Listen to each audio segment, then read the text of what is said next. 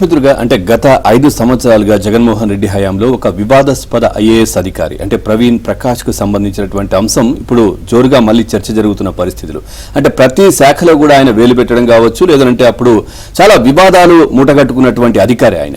ప్రస్తుతం కూటమి ప్రభుత్వం ఏర్పాటు కాగానే నేను స్వచ్ఛంద పదవీ విరమణ చేస్తున్నానంటూ సిఎస్ కు లేఖ పంపించడం, ఆ తర్వాత వెంటనే మళ్ళీ ఏం చేస్తారో ఈయన అన్నట్టుగా వెంటనే కూడా వాళ్ళు ఆమోదించిన పరిస్థితి కనిపించింది. ఇప్పుడు మళ్ళీ ఒక చర్చనైతే జరుగుతూ ఉంది. ఇటు సిఎస్ సమక్షంలో అంటే అక్కడికి ఒక ఇన్ఫర్మేషన్ అయితే వెళ్తున్న పరిస్థితి ఏంటంటే మళ్ళీ నేను అప్పుడు ఒత్తిడిలో నేను రిజైన్ లెటర్ స్వచ్ఛంద పదవీ విరమణ చేస్తున్నట్టుగా నేను ఇచ్చాను, సో దాన్ని పునరాలోచన చేయాలి, మళ్ళీ నేను వెనక్కి తీసుకుంటాను అంటూ కూడా మళ్ళీ రాయబారాలు నేర్పుతున్నట్టుగానైతే ఒక విశ్వసనీయ సమాచారం అంతా ఉంది.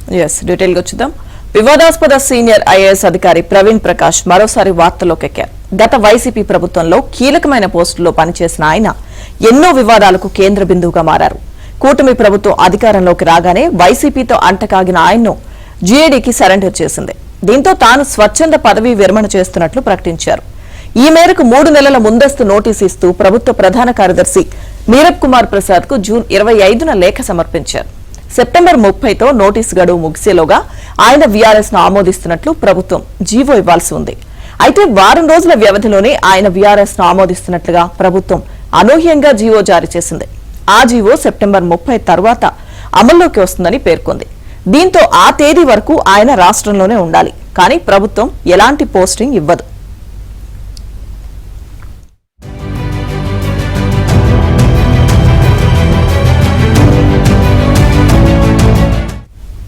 ఇదిలా ఉండగా ప్రవీణ్ ప్రకాష్ తాజాగా తన నిర్ణయాన్ని మార్చుకున్నట్లు తెలుస్తోంది. వీఆర్ఎస్ దరఖాస్తును వెనక్కి తీసుకునే ఆలోచనలో ఉన్నట్లు ఆయన సిఎస్ కార్యాలయానికి సంకేతాలు పంపుతున్నారు. వీఆర్ఎస్ కోసం దరఖాస్తు చేసుకున్న సమయంలో తాను ఒత్తిడిలో ఉన్నానని, ప్రభుత్వం కూడా వెంటనే దాన్ని ఆమోదించిందని సన్నిహితుల వద్ద వాపోతున్నట్లు తెలుస్తోంది.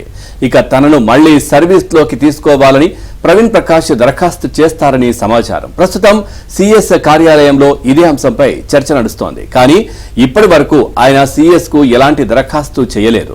ప్రవీణ్ ప్రకాష్ ఇలాంటి నిర్ణయం తీసుకుంటారని ముందే భావించిన ప్రభుత్వం ఆయన వీఆర్ఎస్ ను వెంటనే ఆమోదించింది. సెప్టెంబర్ 30న ఖచ్చితంగా రిలీవ్ కావాలని ఉత్తర్వుల్లో పేర్కొంది. ఆయన దరఖాస్తుపై పునరాలోచన చేసే ప్రసక్తే లేదని ప్రభుత్వ వర్గాలు స్పష్టం చేస్తున్నాయి.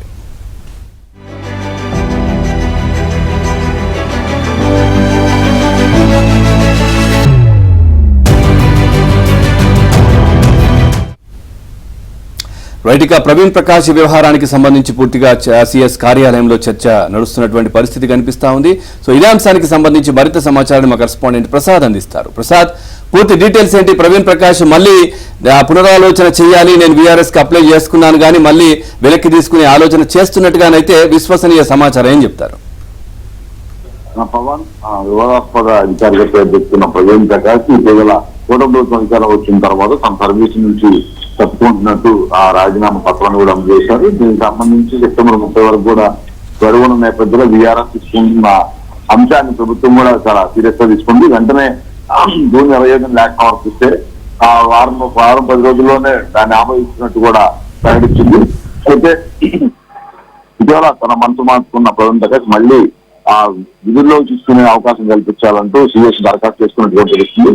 అయితే ఇదే ఐఏఎస్ వర్గాల పెద్ద ఎత్తున చర్చనీయాంశంగా మారింది. ఎందుకంటే జగన్మోహన్ రెడ్డి అధికారంలో ఉన్నప్పుడు ఎంతో మంది సీనియర్ అధికారులు కాదని అతను ప్రాధాన్యత ఇవ్వడం, దాన్ని అలసిగా తీసుకుని తన పై అధికారులు తన సీనియర్లను కూడా కనీస గౌరవం మర్యాద కూడా లేకుండా అవమానించిన తీరుగా వ్యవహరించారు. ఇక ఆయన ఐఏఎస్ చదవడానికి కారణమైన ఉపాధ్యాయులు వంటి ఉపాధ్యాయులు కూడా చాలా చోట్ల అవమానించే విధంగా వారిపై కొత్త ఆంక్షలు పెట్టి ఉపాధ్యాయులు కూడా కలంకం తెచ్చే విధంగా కొత్త నిబంధనలు పెట్టి వారిని ఇబ్బందులు పాలు చేసిన వైనమూర్తి ఒక ఢిల్లీలో కావచ్చు, జగన్మోహన్ రెడ్డి తాడేపల్లి ప్యాలెస్ లో కావచ్చు ప్రవీణ్ ప్రకాష్ వ్యవహరించిన తీరుపై కూడా ఐఏఎస్ కూడా ఇష్టపోయిన పరిస్థితి.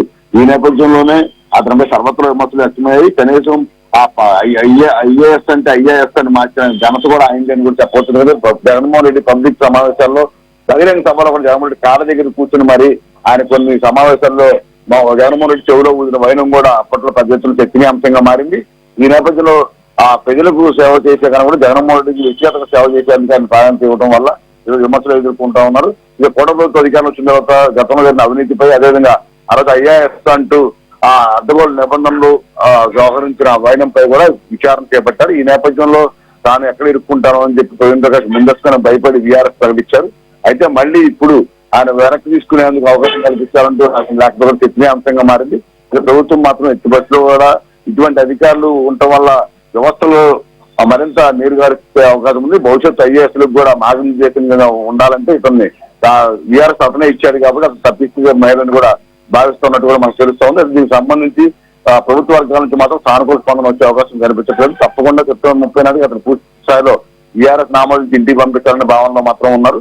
అది ఈయన మాత్రం ఢిల్లీ లెవెల్లో తన ప్రయత్నాలు కొనసాగిస్తున్నట్టు కూడా తెలుస్తోంది. మొత్తం మీద ప్రవీణ్ ప్రకాష్ వ్యవహారాలపై మాత్రం అన్ని ప్రభుత్వ వర్గాల్లో కావచ్చు, అన్ని శాఖలకు సంబంధించి ముఖ్యంగా పాఠశాల వ్యవస్థకు సంబంధించి కూడా ఆయన చేసిన నిర్ణయాలు చాలా ఇబ్బందికరంగా మారిన నేపథ్యంలో అనేక మంది ఇటు విద్యార్థులు ఇబ్బందులు పడ్డారు, అటు ఉపాధ్యాయులు ఇబ్బందులు పడ్డారు. ఇక కమిషన్ కక్కుపడి బయట వ్యక్తులకు కూడా కాంట్రాక్ట్ సంస్థలు కట్టబెట్టడం, లేనిపోయిన ఒత్తిడి చదువులు అమలు చేయడం, విదేశీ విద్యా విధానం పేరుతో కొత్త కొత్త ఆంక్షలు పెట్టడం, ఈ పరిణామాలను చూసిన తర్వాత నిజంగా గత 5 ఏళ్లలో విద్యా వ్యవస్థ ఎంత నీరుగానో మనందరం చూసాం. ఇప్పుడు కుటుంబ ప్రభుత్వంలో మళ్ళీ ఇటువంటి అధికారులు కూడా ప్రాంతం ఇవ్వకుండా పంపిస్తేనే ఇతర ఐఏఎస్ కూడా కొంత మేలు కోరుకుంటుందని కూడా భావిస్తున్నారు. ఆ నేపథ్యంలో ప్రభుత్వం కూడా అదే విధంగా ఆలోచన చేస్తుందని కూడా అందరూ అభిప్రాయపడుతున్నారు.